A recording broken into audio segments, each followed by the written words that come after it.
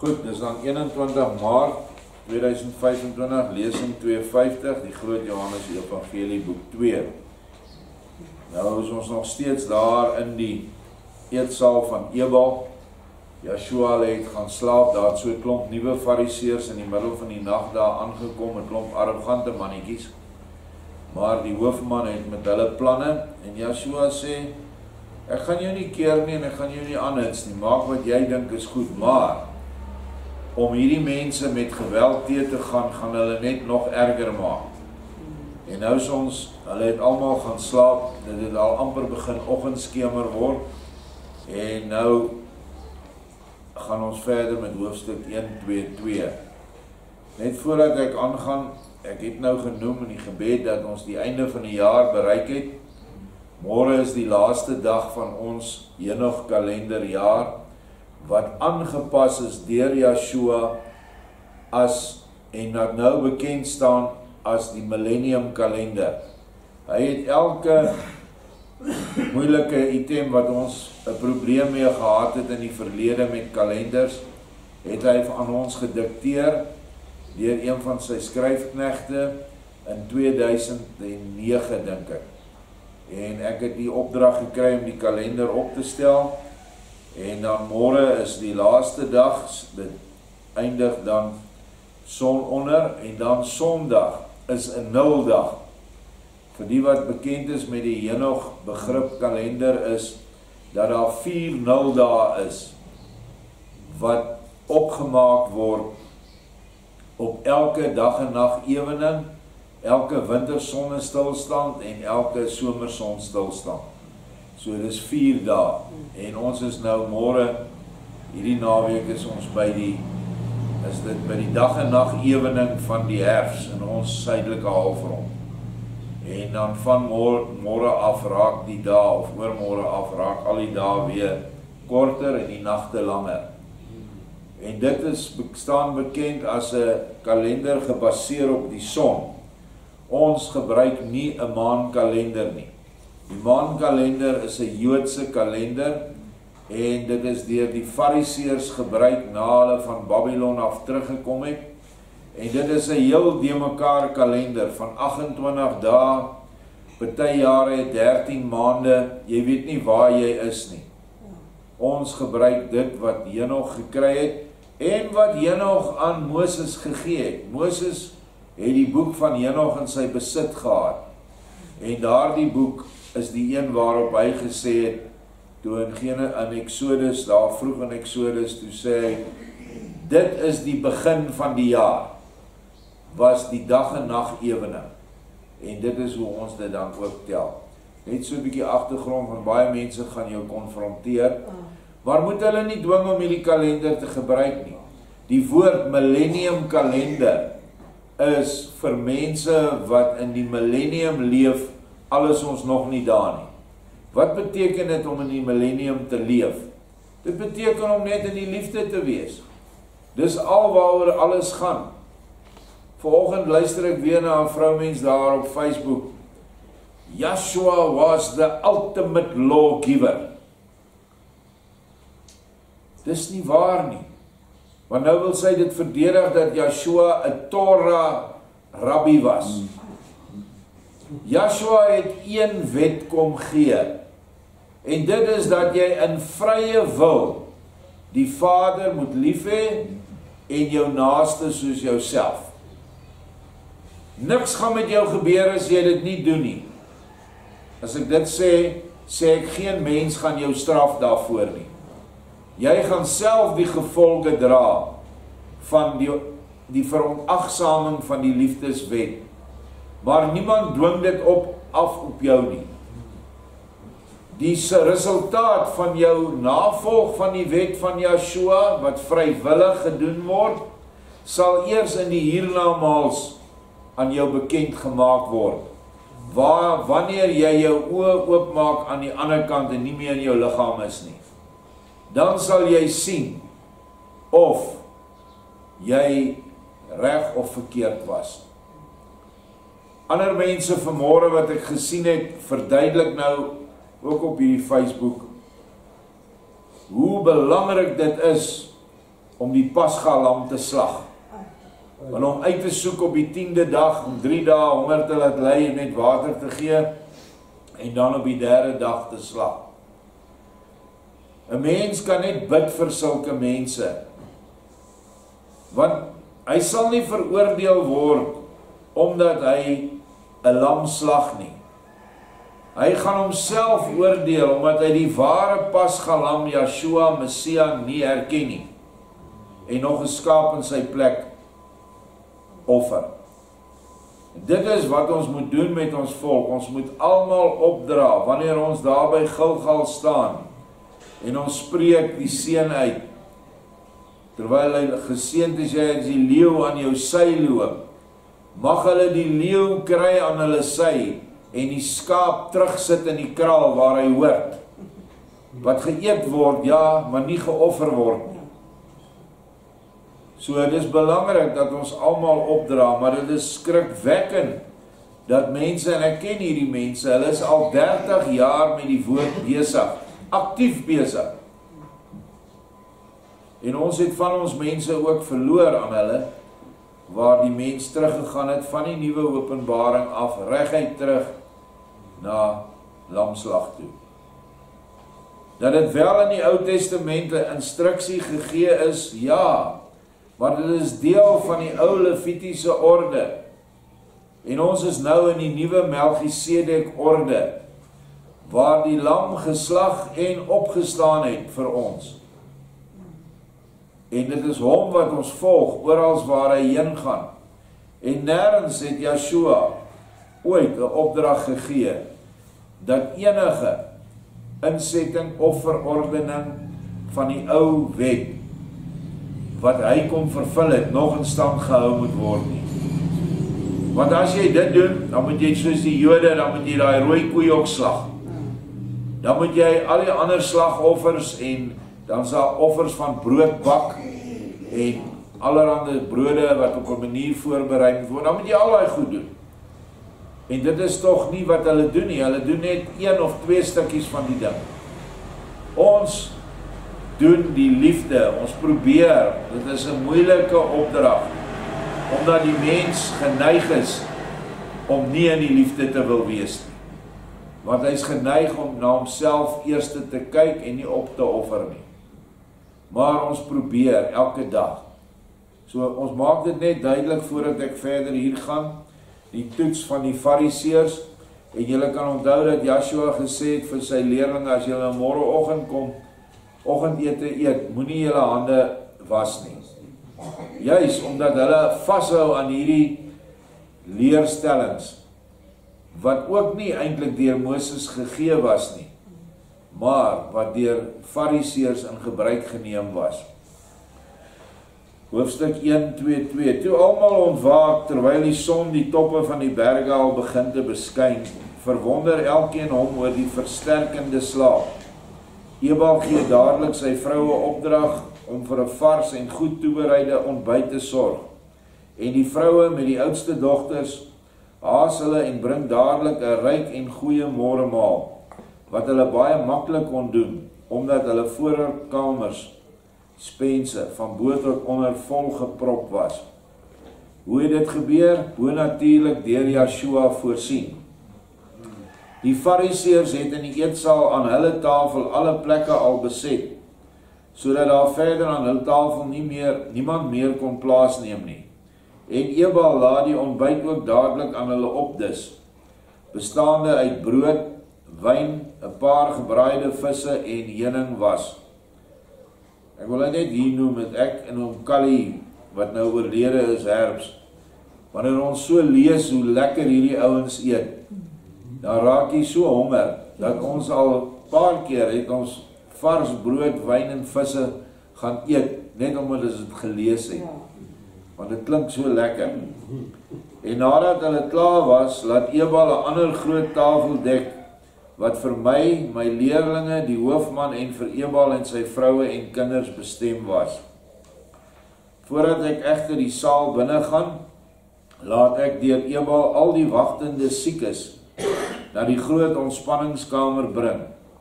En aan hulle sê ek dat hulle slegs my oorkleed moes aanraak, en dan sou hulle dadelik gesond word. Ebal gaan en voer my opdrag uit. As julle kan onthou, het Joshua die vorige aand gesê, ek gaan julle nou genees nie, kom môreoggend, want hy het 'n spesifieke rede gehad daarvoor. Hy doen niks sommer net omdat hy so voel nie.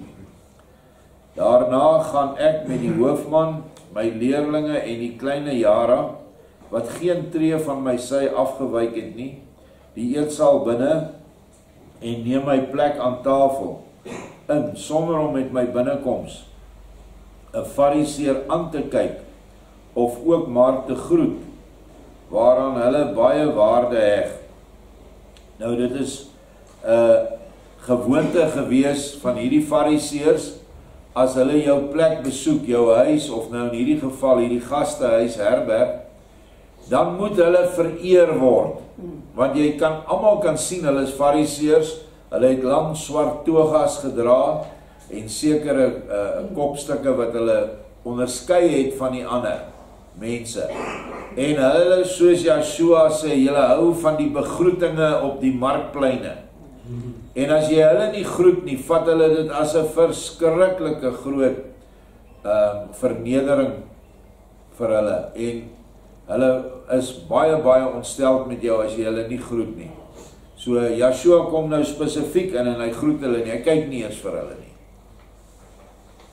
Terwyl ek, die hoofman en die leerlinge al aan tafel sit, kom so 200 siekes die eetsaal binne en vra my of hulle die soem van my oorkleed mag aanraak. En ek staan hulle die versoek toe om dit te doen, terwyl ek met my leerlinge en die ander die oggendete geniet. Weldra dring almal wat siek was, hulle self in my rigting, en raak die buitekant van my opperkleed aan. En almal wat dit gedoen het, word gesond. Nou dit is nie die kleed van Joshua wat hulle gesond maak nie, dit is sy gees. Maar hulle raak aan sy kleed, en daar is 'n konnektasie tussen die oorkleed en die gees. En dit maak hulle gesond. Maar die buitengewone jaloerse fariseërs en skrifgeleerdes verskuil hulle agter sommige siekes en sê in die geheim aan hulle, raak die boekleed van hierdie Nasarener, wat ons nou goed ken, nie aan nie, dan sal julle tog gesond word. En diegene wat hulle self so deur die fariseërs laat ompraat en my boekleed nie aangeraak het nie, het siek gebly. En so is daar baie fariseërs vandag wat die geestelike siek mense oorhaal om nie Joshua se gees te soek nie. Die gees van waarheid wat hy vir ons uitgestort het, wat sy boekleed voorstel. Moenie na Joshua luister nie, luister na die wet. Moenie na Joshua luister nie, luister wat die kerkvaders vir ons sê.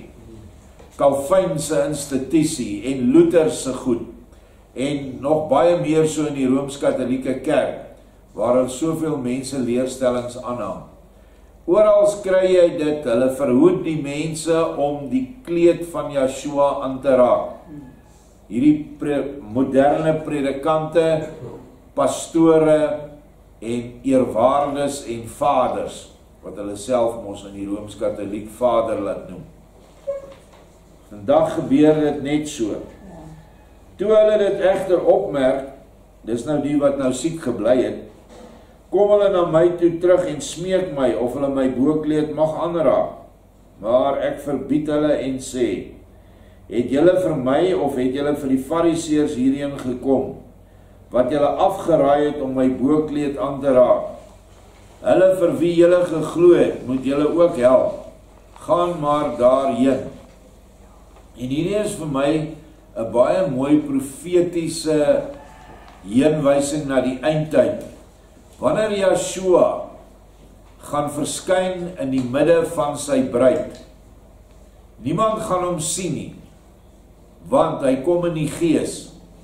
Net 'n paar wat wedergebore is in die bruid sal hom kan sien, fisies met hulle oopgeopende geestelike oog. Maar die ander sal hom nie kan waarneem nie. Maar in hierdie groep, of vanuit hierdie groep, gaan 'n geweldige krag uitgaan, van genesing van siekes, en dit gaan bekend word, en die moderne fariseërs gaan kom, en vir die mense sê, moenie daarna toe gaan nie, wat soek julle daar? By daai klomp arm vissermense, as ek nou kan die vergelyking van Joshua gebruik, wat vissermanne gebruik het. In hierdie tyd gaan hy ook na die armes, die verworpenes, die riffraff van die wêreld kom, wat vir hulle as riffraff is, dis ons. Hier waar ons in 'n gemeenskapsplek bly, met huisies, absoluut armoedige toestande, maar tog word ons versorg deur hom. En hulle gaan hulle mense verbied om hiernatoe te kom. Net soos wat hulle dit nou doen. En hulle gaan nie genesing kry nie. Want Joshua is baie pertinent in sy boodskappe aan Bertha, dat vir die eindtyd, dat daar gaan 'n stadium kom, waar sy gees slegs deur sy bruid gaan werk. Dit is wanneer die Antichrist oorgeneem het op hierdie aarde en vanaf sy troon begin regeer. Dan gaan Joshua se gees terugtrek na sy bruid toe. En dan gaan daar 'n baie groot stryd tussen die bruid en die Antichrist plaasvind. Amper soos wat Dawid en Goliat se verhaal lei. Nou dit kon die fariseërs natuurlik baie goed hoor, en hulle word heeltemal rooi van woede. Dadelik daarna kom hulle na my toe, Joshua, en hulle owerste sê aan my, U is dus die een vir wie ons van Jerusalem na Nasaret moes gaan. Hulle moes gaan en hom gaan of gevange neem of uitvind wat hy alles sê en doen. Ek gee die owerste geen antwoord op sy vraag nie. Slegs die hoofman wat by my, dit wil sê aan my regterhand aan tafel sit, sê met 'n donderende stem, hoekom antwoord Joshua nie hierdie mens nie?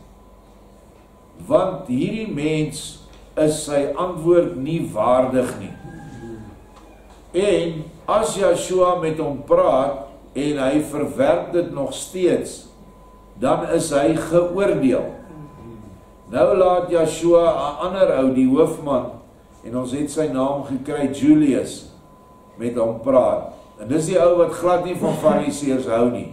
Hy wil hulle net slaan met die sweep. Hy wil hulle vorige hoofstuk net pak gee.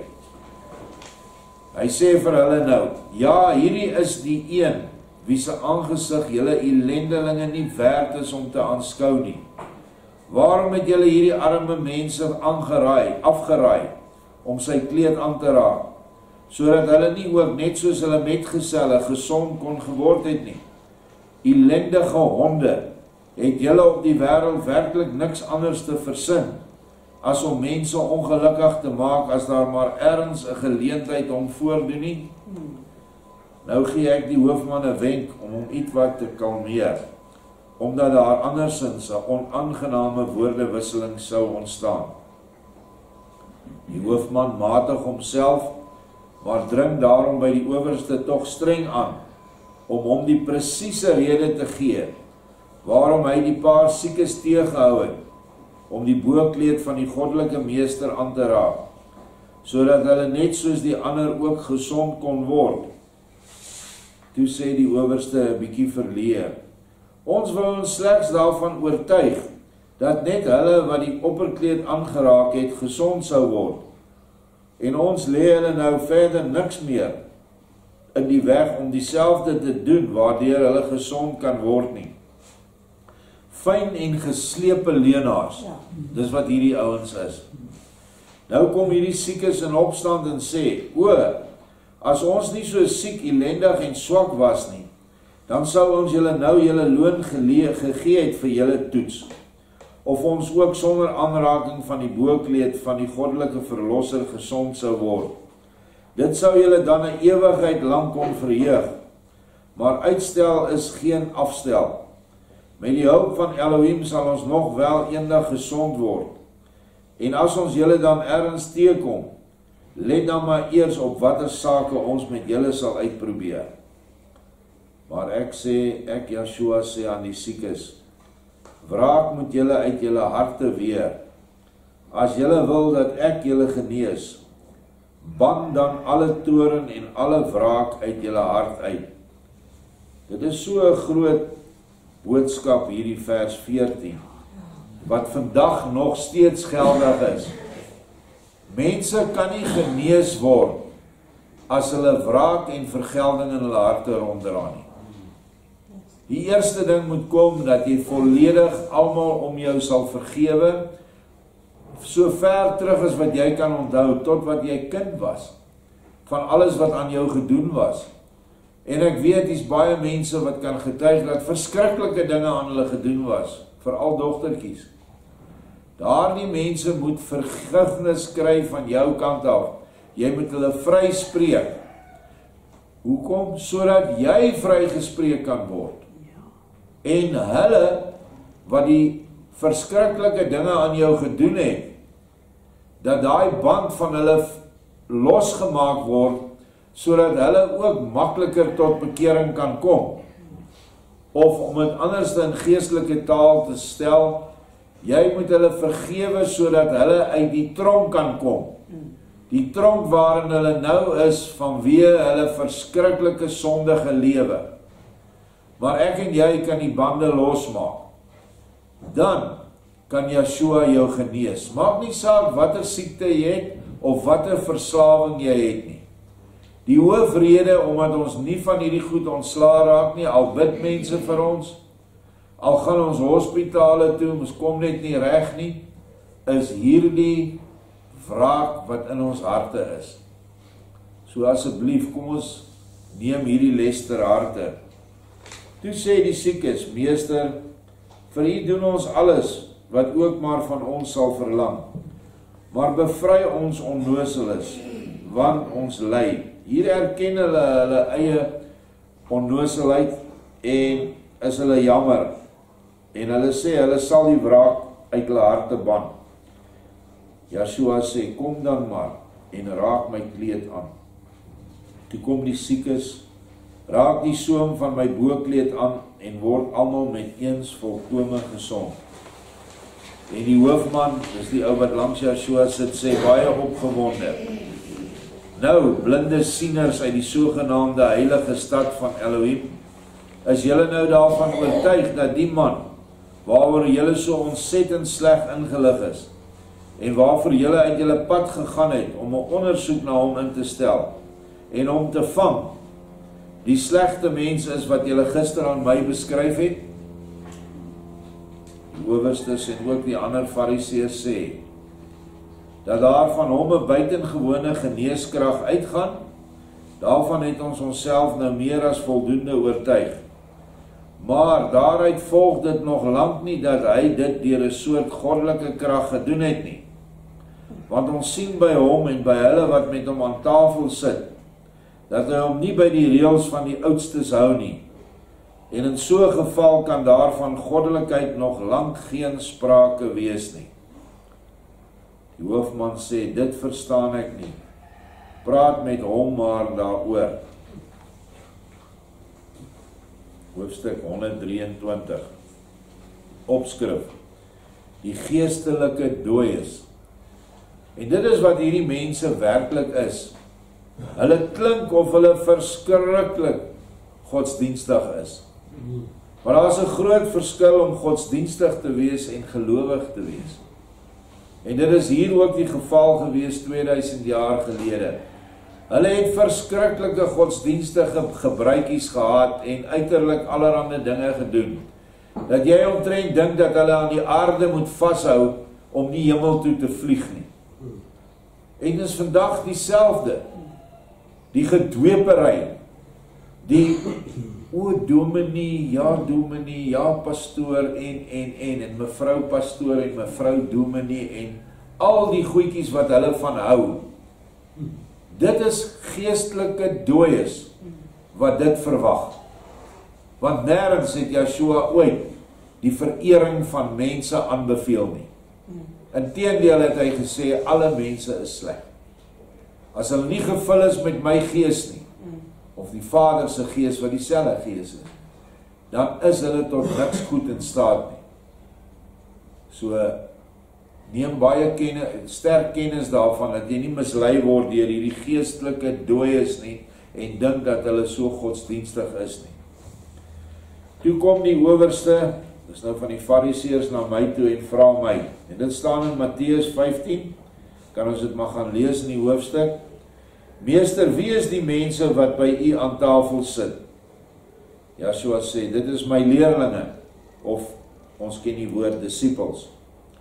Maar 'n disipel is eintlik net 'n volgeling. 'n leerling is iets meer. Hulle leer, hulle volg nie net nie.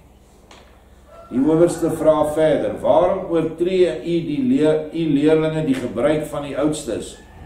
Hulle was nie hulle hande voordat hulle die brood eet nie. En dit is die rede hoekom hulle nie Joshua in sy genesing glo nie. Hulle sien dit hier voor hulle gebeur, oor die 200 mense. Maar nog, sê hulle, omdat hy nie hierdie hande was gebruike nakom nie, kan dit nie van God wees nie. Toe staan ek op, gaan skielik voor hom staan en vra hom ernstig, waarom oortree u dan die gebod van Elohim, terwille van u eie reëls? Elohim het gebied, u sal vader en moeder eer. Wie vader en moeder vervloek, moet die dood sterwe. Dit staan in die wet. Maar u leer seun en dogter, dat hulle teen hulle ouers moet sê, as ek vir u vader of moeder in die tempel offer, dan is dit beter vir u, as wanneer ek u steeds maar eer volgens die ou gebruik. En teen so seun en so dogter sê u, so het jy goed gehandel. So wat hier gebeur, die kind wat sy ouers versorg, hulle sê, bring daai geld wat jy vir jou ouers gee, en gee dit vir die tempel. Of bring die kos, as jy vir hulle 'n skaap wou slag vir die maand, bring dit vir die tempel. Die tempel het nodig, dan eer julle God. Moenie dit vir julle ouers gee nie. Maar, wat is die gevolg daarvan? Kyk, die gevolg is dat byna niemand nou meer sy vader en sy moeder eer nie. U het dus Elohim se gebod opgehef, terwille van u eie reëls. Wie gee u die reg daartoe? So iets kan u alleen maar doen, omdat u nog nooit in Elohim geglo het nie. Want wie dood is, het geen gewete meer nie. Soek 'n harde woorde. Want wie geestelik dood is, het geen geestelike gewete nie. Geen nie om vir daai ou mense wat sterf en krepeer nie. Solank hulle net daai geld in die tempel kan kry, of die ander offers. Nou meng die hoofman hom weer in die gesprek in en sê, ag, staan die sake nou so, daar moet ek 'n baie spesiale aantekening van maak. Is julle sulke dienaars van Elohim? Dit is dus die rede waarom julle die suiwer goddelike van ons meester en verlosser nie erken nie. Julle God is dus alleen maar voor alles julle mag, en ten behoeve van julle goud en silwer sakke. Nou het ek julle daar. Praat nou maar weer verder met mekaar. Die owerste sê, ons is Elohim se dienaars volgens die instelling van Aaron. En vandag sê die predikante en pastore vir jou, ons is God se verteenwoordigers op aarde. Hy het ons aangestel, en as daar enige openbaring kom, sal hy dit deur 'n getitelde of 'n geleerde doen. En daarom steur hulle nie veel aan. Enige openbaringe wat mense, gewone mense, sonder teologiese opleiding kry nie. Hulle laat hulle toe, dat hulle maar tale spreek in die kerk, laat hulle toe om dit uit te lê, maar hulle steur hulle nie daarin nie. Dit is goed vir die arme plebs wat daar binne sit. Dit bring vir hulle mense na die gemeente toe. Daai gemeente moet jy gaan. Want daai tannie, sy kan so wonderlik in tale praat. En daai oom, hy lê dit uit. Nou wonder ek, of hy gaan luister As iemand weer in tale brabbel en die oom lê uit, so spreek die Here, pastoor moet die helfte van sy salaris vir die armes gee. Ek wonder of hy gaan luister. Ek weet hy gaan nie luister nie. Maar dis dan so spreek die Here. Jy moet luister. Maar dit wys net hulle skynheiligheid uit. Nou sê Joshua vir hulle, o elendige huigelaars, huigelaar, leenaar is dieselfde woord. Tereg het Jesaja oor julle geskryf en voorspel. Die volk nader my met hulle mond en eer my met hulle lippe, maar hulle hart is ver van my af. Hulle dien my te vergeefs, omdat hulle die volk voorskrifte gee, wat slegs maar menslike gebooie is. Die owerste sê, ons hef ter wille van ons reëls, wat ook heilsaam vir die mense is, die gebod van Elohim nie op nie. Joshua, ek het dit u al aangetoon, by die een gebod van Elohim, dit is die een oor eer jou vader en moeder. Wil u ook hoor hoe u alle ander gebooie van Elohim met die voete vertrap, en die reëls hemelhoog daarbo stel. Nou wat gebeur in ons moderne tyd? Jy kan al die gebooie basies deurgaan. Begin sommer met die naam. Jy mag die naam van Vader nie verydel nie. Is nie eintlik wat daar staan ydelik gebruik nie. Mense sê jy mag nie sy naam vloek nie. Maar dis verydel. Verydel beteken vervals. En ook nie verlossige dinge gebruik nie. Jy moet baie sorgsaam omgaan met sy naam. Dit doen hulle nie meer nie. Hulle het nie eens meer sy naam nie. Hulle het 'n titel, Here, wat hulle aanbid. Die naam kom glad nie in die algemene Bybels voor nie. Reg oor die wêreld kom dit nie daarin voor. Dis Lord en Here, en waar daar staan Yahweh Elohim, of nee, Majesteit Yahweh, dan staan daar Here, Here. Julle dit onthou uit die Bybels uit.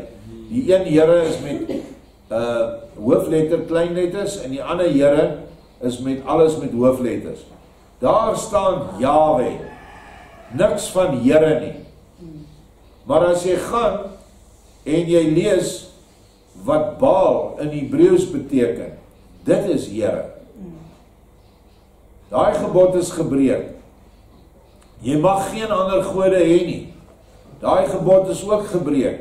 Want die mens het soveel afgode, en die predikante en die pastore waarsku hulle nie daarteen nie. Die Sabbatdag, wat 'n ewige insetting is afgeskaf. Mense eer of kom kerk toe op 'n Sondag, nie op 'n Sabbatdag. Al die ander gebooie is vandag afgewater.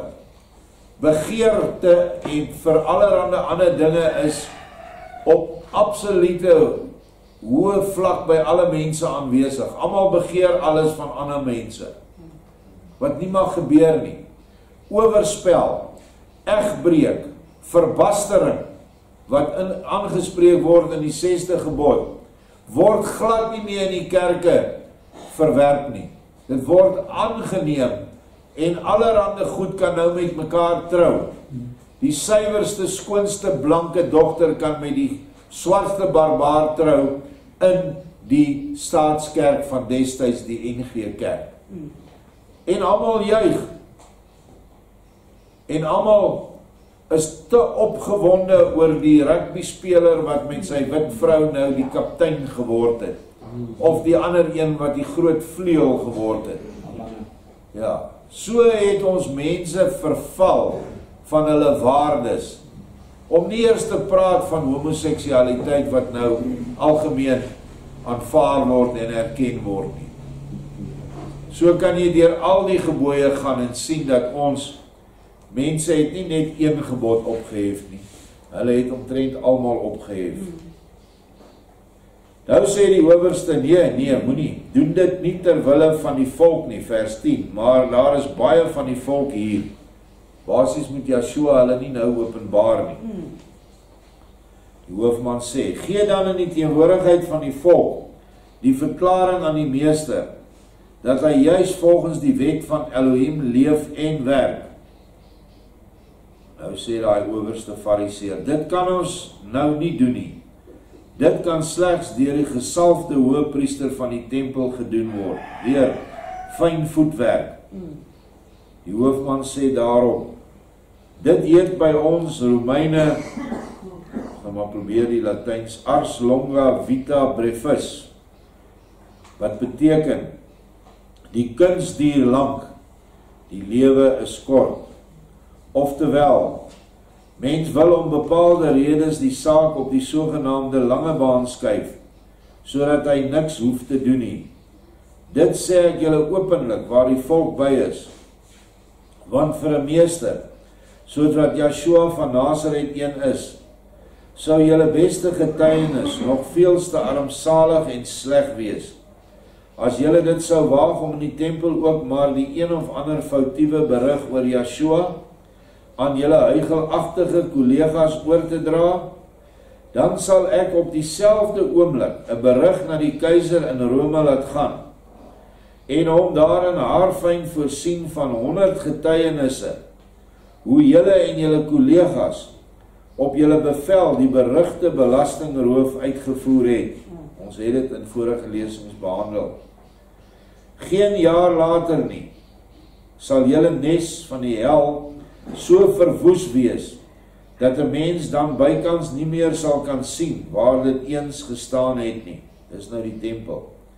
Dink goed daaraan, want wat 'n Romein sê, dit hou hy, ook al sou hemel en aarde daardeur ten gronde gaan.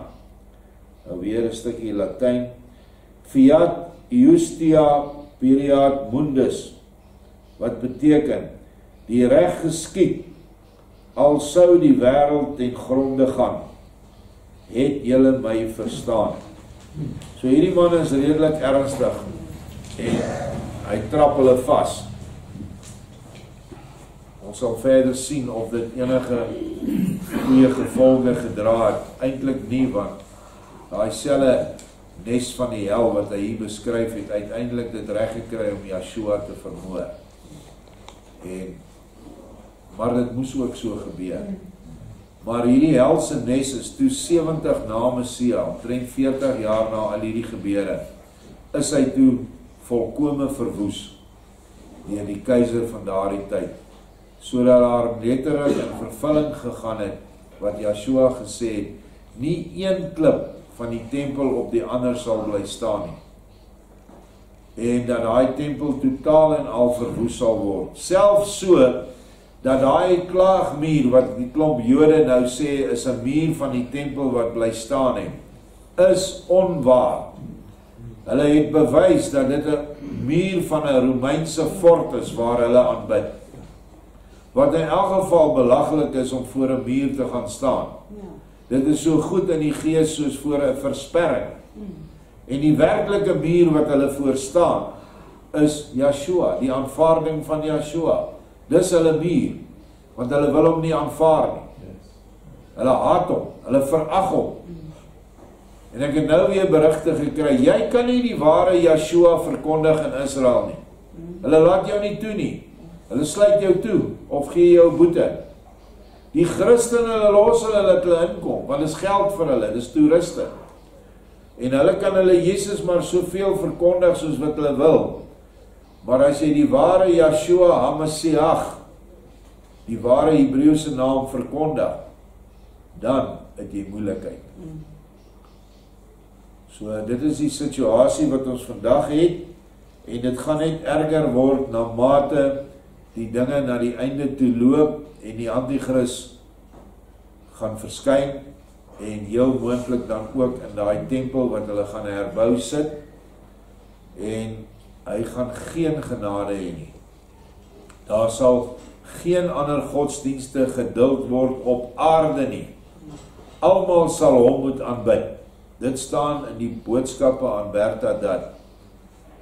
En die een ou klein dogtertjie, die klein jare aan die einde van die tyd wat die bruid voorstel, wat nog heeltyd, soos hy sê, aan my sy is, nie eers betrokke met die kombuis voorbereidings vir die gaste nie, sit net by Yeshua. daardie bruid gaan staan teen hierdie magtige anti-kris ryk. En dit sal ons dan sien wat gaan die uiteinde wees.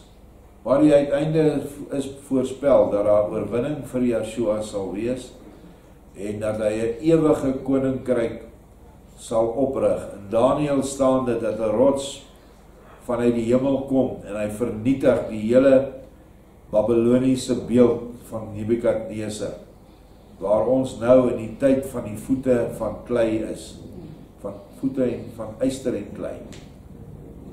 Die heel laaste deel. En dan, ek dink die beeld word geslaan aan die voete, dat die hele beeld dan omval. Ek het 'n interessante ding gelees nou die dag, dat hierdie Rothschilds kom uit die Orsini familie uit. En die Orsini familie huisves wat hulle noem die grys paus. Ek het nooit geweet daar's 'n derde paus nie. Ek het geweet van die wit paus, dis die een wat altyd wit klere dra. Dan is daar 'n swart paus wat altyd swart klere dra. Hy's 'n generaal in die Jesuïte orde. Hierdie generaal Hans von Kolfenbach wat nou afgetree is of dood is, ek weet nie, het reg langs Nelson Mandela gestaan by die Unie geboue toe hy ingesweer was, aan sy linkerkant, om 'n teken te gee dat Suid-Afrika nou geval het en deel is van die beheer van die Orsini familie. Nou die grys paus is bo die swart en die wit paus. Hy's 'n totale geheime persoon, maar hy is 'n Rothschild. En hierdie Rothschild se embleem en geskiedenis deur hierdie Orsinis kan teruggetrek word na Esau. Dit is waar die rooi vandaan kom van die rode shielde, dis Rothschilds. En dit is waaruit die Rockefellers was ook Orsinis. En die Britse koningshuis, wat nie Mountbatten is nie, maar Battenberg, Duitsers, het ook uit hierdie Orsini familie gekom. Dit is almal slangsaad vanuit Esau. En Henog beskryf in 'n droom, sien hy die geboorte van Jakob en Esau, hulle was 'n tweeling. En hy sien vir Jakob as 'n wit skaap, maar hy sien vir Esau as 'n swart wille vark. En in hierdie swart wille vark het al hierdie Orsini, Rothschilds, Rockefellers, Oppenheimers, Rhodes, al hierdie goed het daaruit voortgekom. Dit is die saad van die duiwel self wat op aarde is en wat in Genesis 3 vers 15 sê, Vader vir Adam en Eva en die duiwel, en hy staan ook daar, ek stel 'n ewige vyandskap tussen julle in. En dis wat nou gebeur. Ons moet sy kop afkap, sê hy, maar hy, Satan se saad, sal ons altyd in die hakskeen byt. Hoekom? Want Esau wil nog altyd die eersgeboorte reg hê. Die eersgeboorte reg is die reg op hemelse inwoning in die Vaderhuis as eerstes. Toe Jakob en Esau gebore word, toe kom is Jakob en Esau, ja. Gebore word, toe kom Jakob eerste uit. Toe trek Esau hom terug. En toe word Esau eerste gebore, want hy wou die eerstgebore reg hê. Alreeds in die baarmoede het hierdie stryd hom afgespeel. Maar deur die inmenging van die moeder wat dit geweet het, en ook geweet het wat Esau later aan gedoen het met sy eerstgeboorte reg, hy het dit verkoop aan Jakob, het Isak toe vir Jakob geseën, nie vir Esau nie. Jakob het nog velle aangetrek dat hy harig lyk en harig voel soos Esau, want onthou Isak die pa was toe al blind. So dis 'n stryd wat nog steeds voortduur tot vandag toe.